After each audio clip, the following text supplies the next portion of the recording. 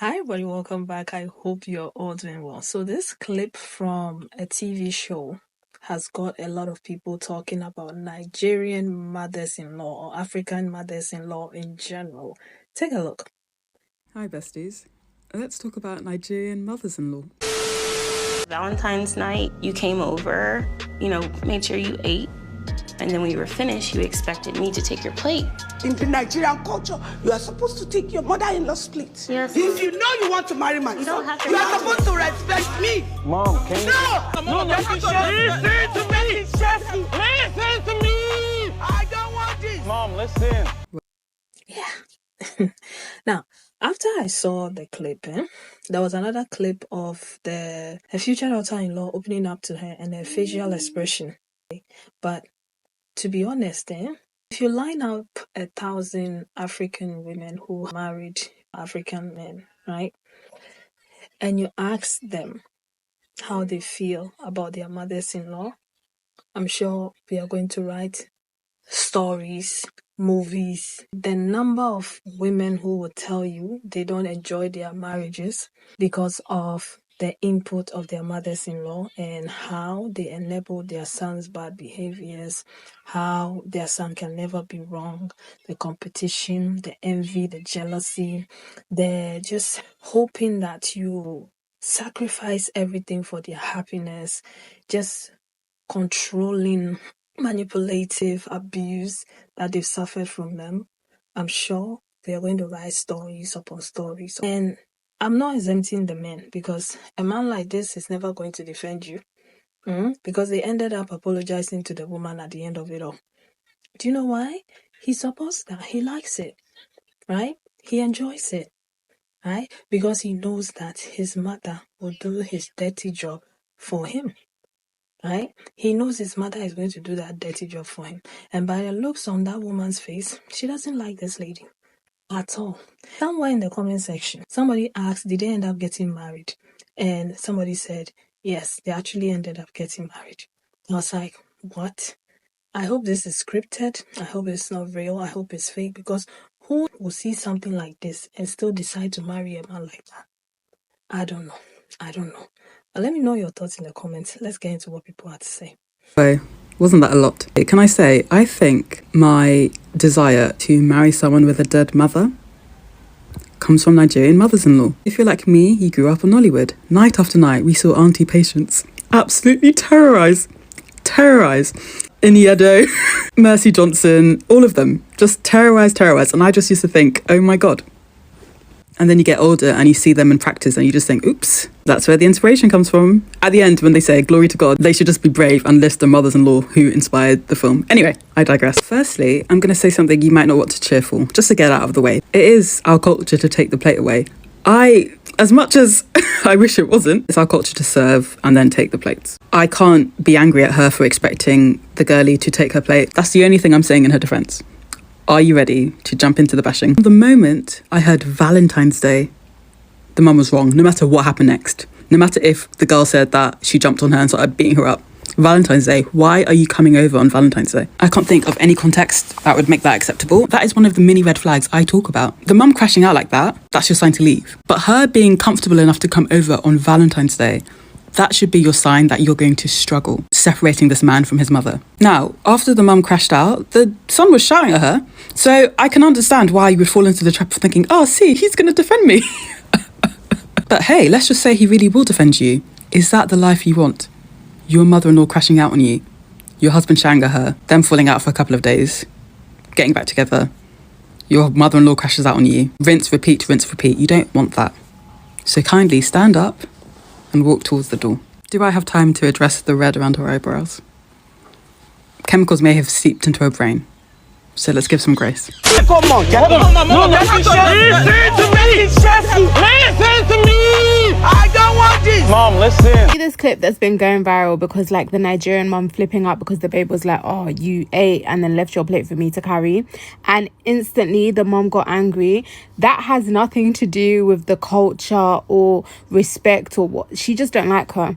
You can tell the way she even flipped out, she don't like her. Yes, in the Nigerian culture there definitely is this respecting your elders, But once they know you're not from that culture, they give you grace. Like, for example, my Nigerian mother-in-law, she gives me a whole lot of grace because I'm Kenyan, but she sees me, in her eyes, I'm British. Okay, like, for example, when my daughter was born, you know, they give them the traditional bath, and obviously I was there when she gave her the traditional bath, and it's a difficult watch, but she was literally like to me, I even went gentle because I know you're British. So she even she did like, they give you so much grace. Like, obviously respect is mandatory, like, no matter the culture, but they don't, like, they give you allowance and space to learn, if that makes sense. The mum just don't like that girl. You could tell instantly she just wanted to be upset, because the baby even said it like with such a soft voice, and she kind of like didn't even want to make eye contact. Yeah, the mum just don't like her, and it's so sad to see because she seems like a sweet babe. I know a lot of you have seen that video of a lady confronting her mother-in-law, her Nigerian mother-in-law, and saying that the way the mother-in-law was expecting her to pick up her plate when she was over at their house for dinner on Valentine's Day, and the mother goes into this rage mode. She starts screaming and saying, you must respect me. You have to respect me. If you're going to marry my son, you have to respect me. And they just, in my head, I was like, African mother-in-laws are something else. Are something else. Oh my God. First of all, ma, why are you in your son's house on Valentine's Day? Don't you have a husband? Don't you have a husband of yours who can take you out? If you're a widow, go and find joy elsewhere. Why are you in my house during Valentine's Day? Valentine's Day is for me and my man. Why are you in my house? At dinner time, a time where we should be getting it sexy, you know? You're there with your big mouth. I had to filter because it's my mother's age. What do you mean you're in my house during Valentine's Day? The only explanation I will entertain of my mother-in-law being in my house on Valentine's Day, if it happens to be the son's birthday as well, that I can take off, or my child's birthday, you know, things like those. But just a random Tuesday and you're in my house for dinner, you got to be joking.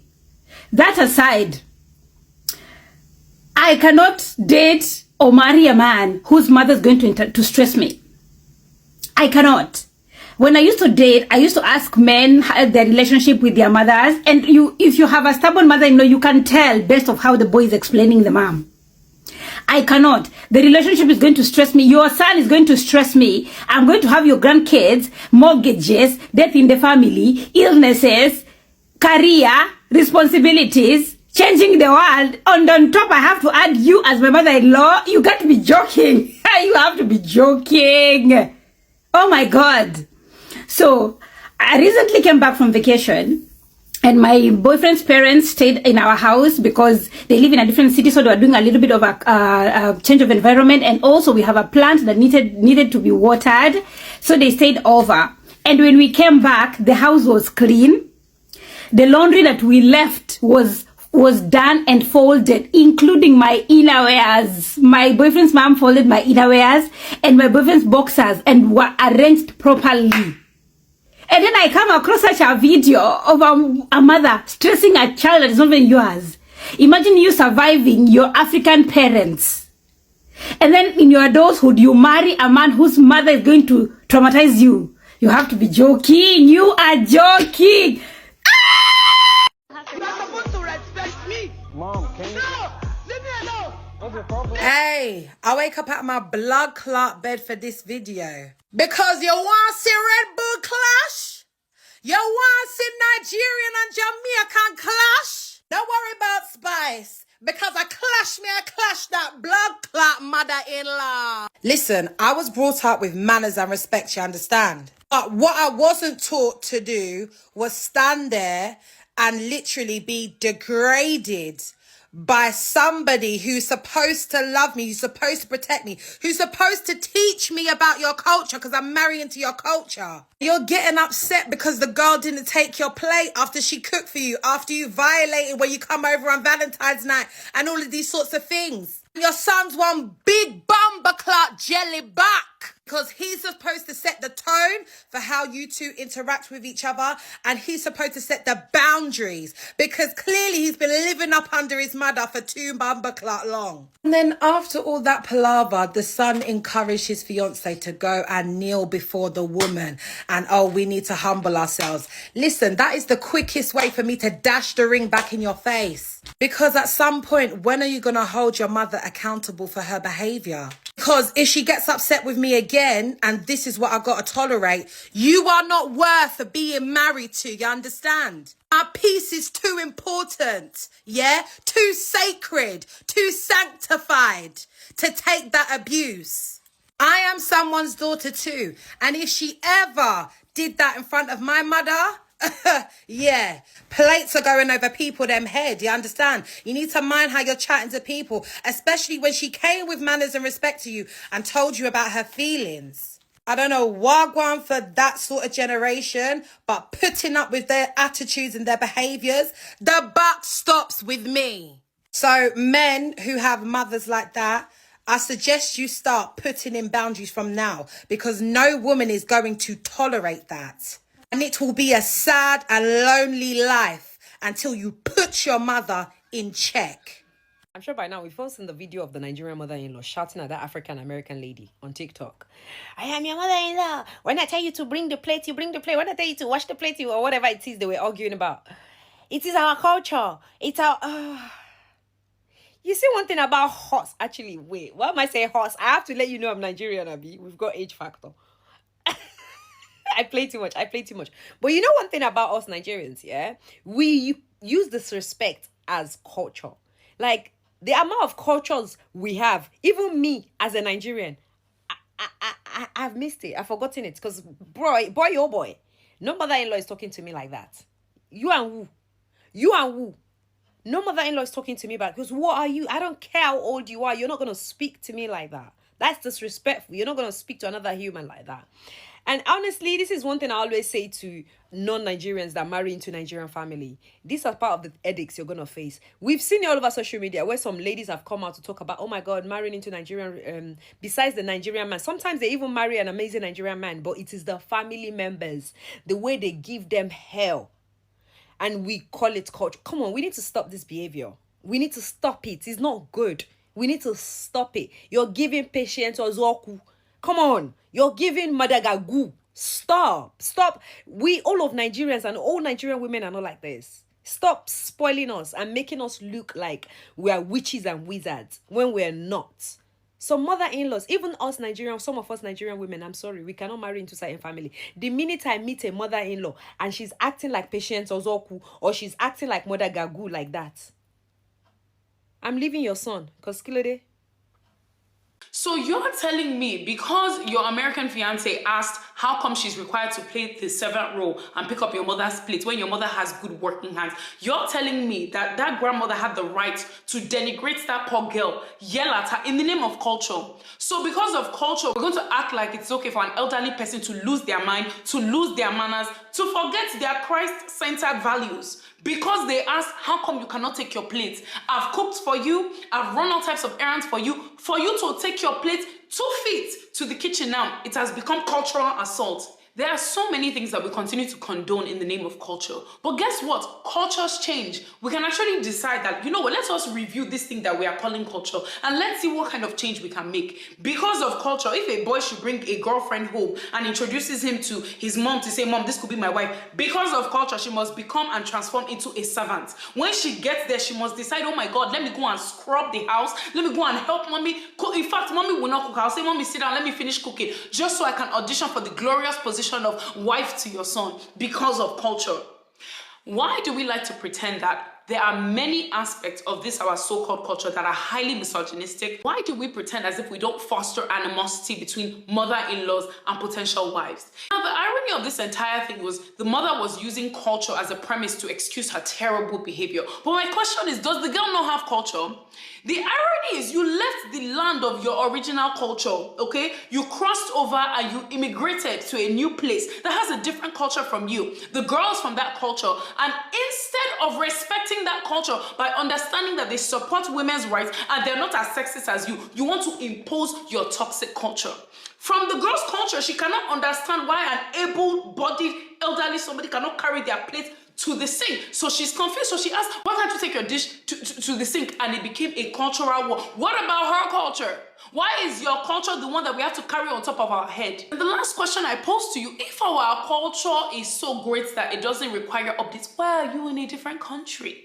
That's the other thing. There are people in the comment section saying, oh, mommy should not have shouted, but culturally speaking, why, she shouldn't have asked mommy about carrying her plate to the sink. You guys should use your head. Is everything that is in the culture very good? If the culture is so great, how come we don't have the happiest women in life? The question posed by this girl is one that stems from critical thinking. Why do we continuously require young women who are auditioning for wives to take on so much labor?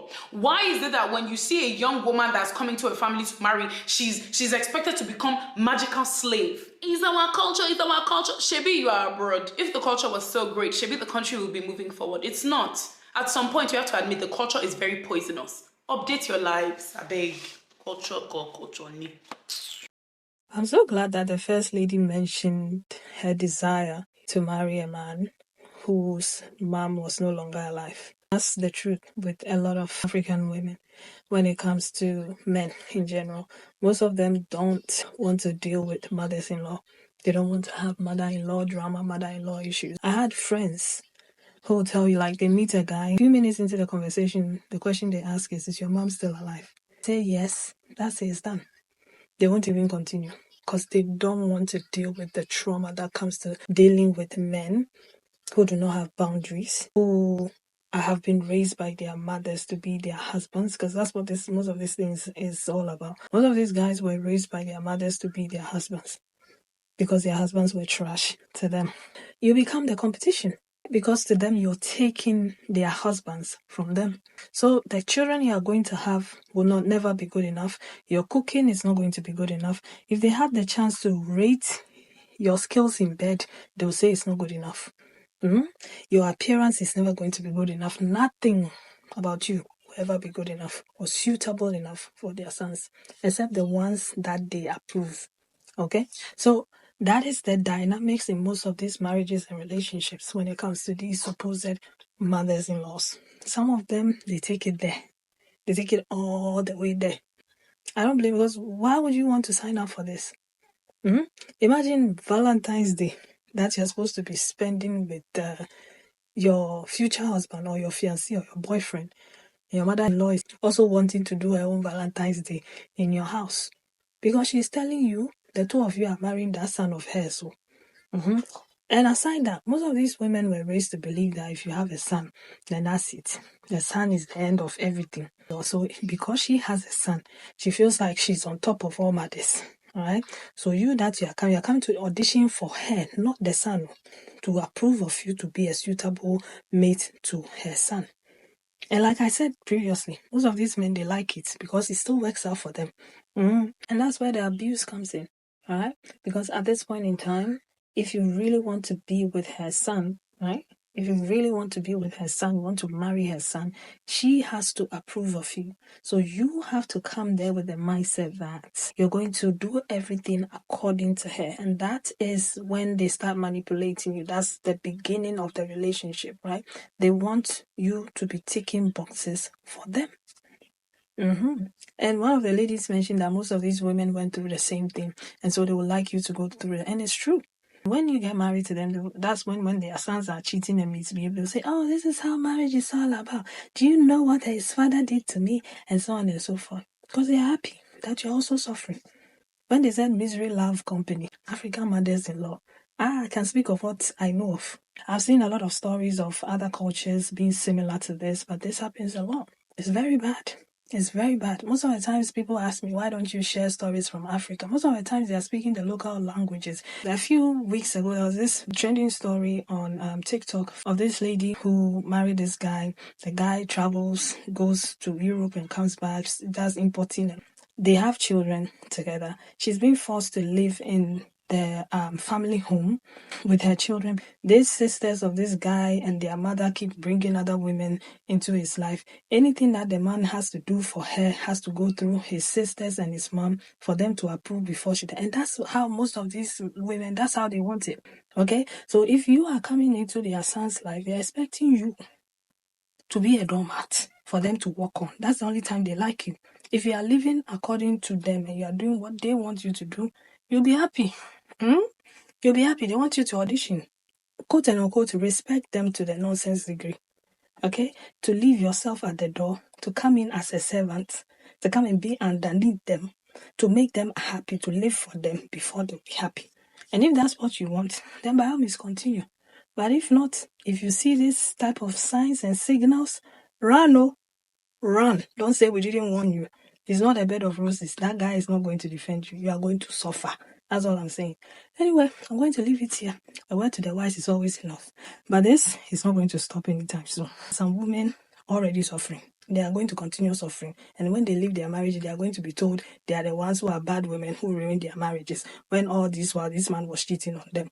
And they were being abused by these supposed families, in-laws, and so on and so forth. They were being broken, torn pieces by pieces, limb by limb, until they were a shadow of themselves. But when they find the strength to leave, oh, you are a very horrible woman. You don't like marriage. You don't understand what marriage is. But while they are there too, they are never good enough. Make that shit make sense. But if that's what you want, go and sign up for it. Line up.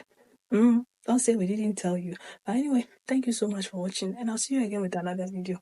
Take care of yourself and one another. Bye.